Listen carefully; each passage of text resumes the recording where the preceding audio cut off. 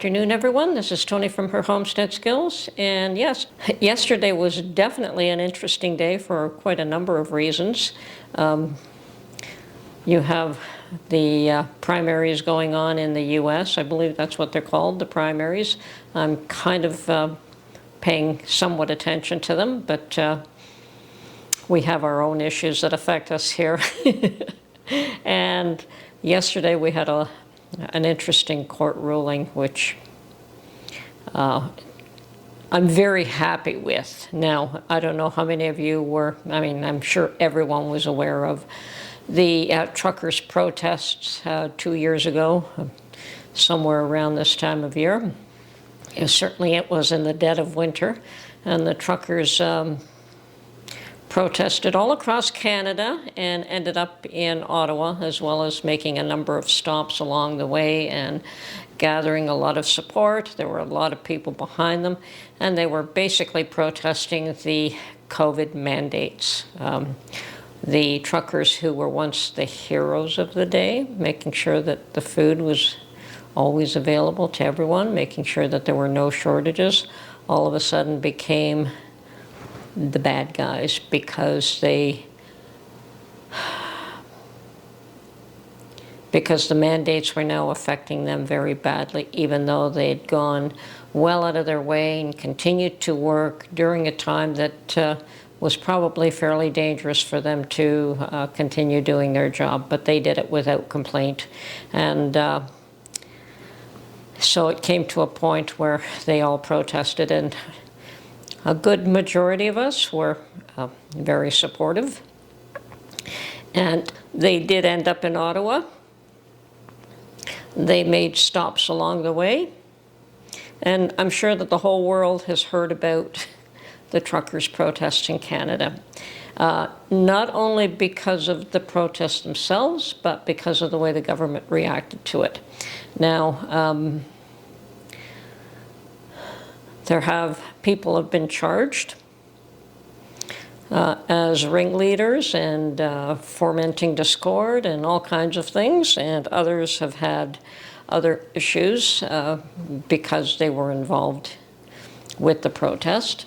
But of course, it was a legal protest. There was nothing illegal about it, and probably that because of that, governments really didn't understand how to deal with it and how to prevent it, and certainly no one was willing to listen to the views of truckers. They were the bottom of the barrel. They had no right to speak, and the elites were certainly not interested in hearing what they had to say.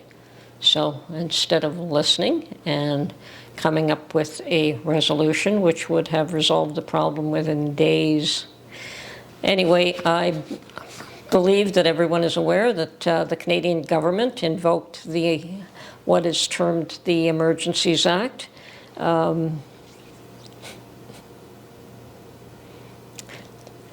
This is the first time that this act has been invoked, but it is a revamped act of the War Measures Act, which was also invoked by senior.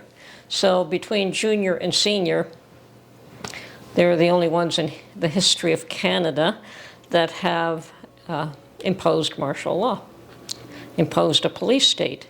And I don't think that a lot of people here understood what invoking the Emergencies Act would do. I understand that quite a number of people were quite supportive of it because their lives were disrupted. But they have no idea that invoking that act just means that every single individual in Canada was stripped of their constitutional rights.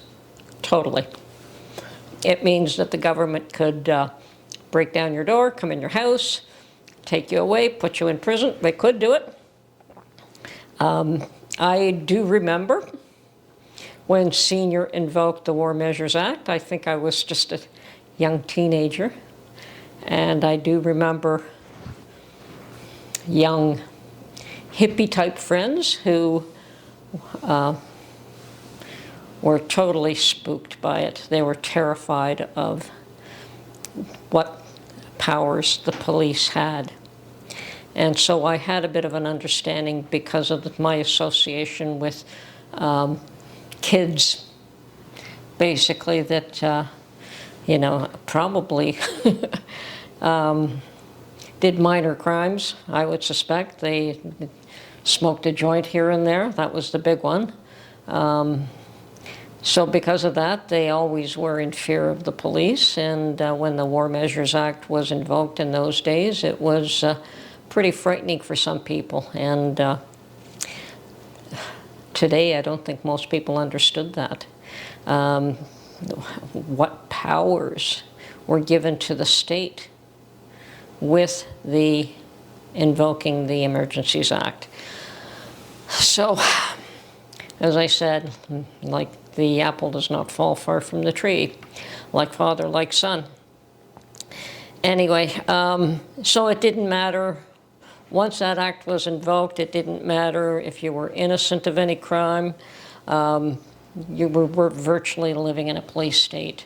And bank accounts were frozen or seized, and people were unable to pay their mortgages and buy food. I mean, just imagine if all of a sudden, bang, your bank account is gone. You know, you could have $1,000 in there, or you could have $100,000 in there, but it was gone, and there was nothing you could do about it. Absolutely nothing you can do about it. You have absolutely no right whatsoever. Having done that, it also created a run on the banks. I don't know if many people understand what did occur, but we saw it.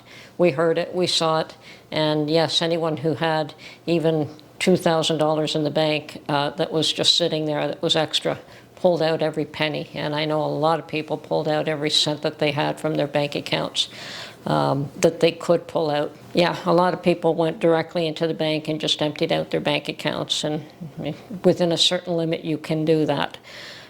Those ones that had larger amounts, I don't know what they did, but I know a lot of people just cleaned out their bank accounts. And I suspect from there on, many people will continue to keep a little bit of cash on hand for that emergency, should it arise again. Anyway, they did, once they invoked the Emergencies Act, they were able to clear the streets of Ottawa, and they were able to effectively shut down the whole protest and arrest certain people. And let's see, there was an inquiry, but the inquiry was tainted because everyone knows that the commissioner was chosen by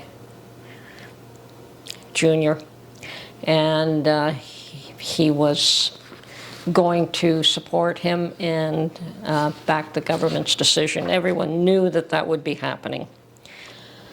But other than that, you know, the cases against the so-called ringleaders are still ongoing now. They haven't concluded yet, as far as I know. But there were also two other groups that brought the case to the federal courts, and they are the Canadian Constitution Foundation and the Canadian Civil Liberties Association. I think both these groups decided that the invoking the Emergencies Act was not justified, along with many of us. I know that a great percentage of the population thought it was justified, but many of us did not. And there was a ruling yesterday, and the ruling was on the side of the groups that brought the case against the government. And I'm going to read this here because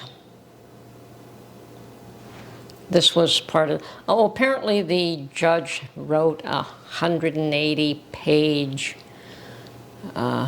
response, and very detailed. And in there he stated that, I have concluded that the decision to issue the proclamation does not bear the hallmarks of reasonableness, justification, transparency, and intelligibility. and was not justified in relation to the relevant factual and legal constraints that were required to be taken into consideration.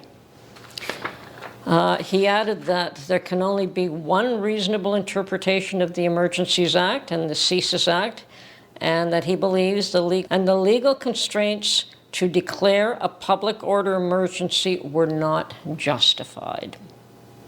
He also stated that factoring for a definition of national emergency under the Act, there was no national emergency to justify its use, that the decision to do so was therefore unreasonable and beyond the powers of the law.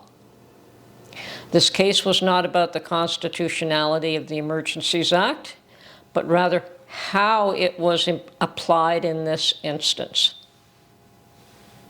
Okay, so unlike Rosenau's, the commissioner last year, who said that the government was justified, his was not legally binding, but this court case is. So that is wonderful. Now, the federal government claims that it will appeal this decision. And I think that they have probably a very strong reason for wanting to appeal it, but I think that they're going to have an uphill battle. This is what I'm understanding, that the judge was very detailed and very thorough. And I think this judge also stated that the municipalities did not use the powers that they had in order to dispel the protest. On a personal level, I think that all that Junior had to do was come out and talk to these people, give them a hearing, and it would have been resolved in no time at all. He didn't even want it. They were just below him. They were just dirt under his feet, so he had no intention of giving them the time of day, and good old karma comes back to bite you. Anyway, I am absolutely thrilled with this decision, and whether it gets appealed, and even if the government wins the appeal, it'll go to the Supreme Court, and the Supreme Court will have to make a decision. They say that the Supreme Court does not have to take it, but in this case, this is so very important to the country, to the people of the country, to the constitutional rights of every Canadian individual, that they cannot afford to ignore this case. So it may end up at the Supreme Court. But if the appeals court fails, then those that have been charged or have been wrongfully affected by it will also have the right to seek restitution. Anyway, that's my lovely day. It was a great day, and you know what? The weather's awesome. It's warming up. Awesome for Canada. We are a few degrees above freezing, which means that, and we're going to be getting rain, which means that all the snow will be melted, and at least it makes driving easy. And yes, I did go out for a bit today again. And yes, it's going to be cloudy. They say that on the downside, we're not going to see the sun for a few days. But I'd rather have clouds than snow. I hate driving in the snow. Anyway, hope this was of interest to you. I think that all freedom-loving people should take an interest in this. I know that there were people in Ottawa that were very upset and very affected by the protest, but I still strongly believe that the reason it became a problem was not the protesters, but the other side, who refused to even give anyone a hearing. This may also be a very strong indication and a test for government to understand that there are limitations to their power. They are not lord and master over the population. They have a role to play. The population has a role to play. We are all in this together, but it's not a matter of do as I say and whether you like it or not. Anyway, this is Tony from Her Homestead Skills. Freedom-loving people unite.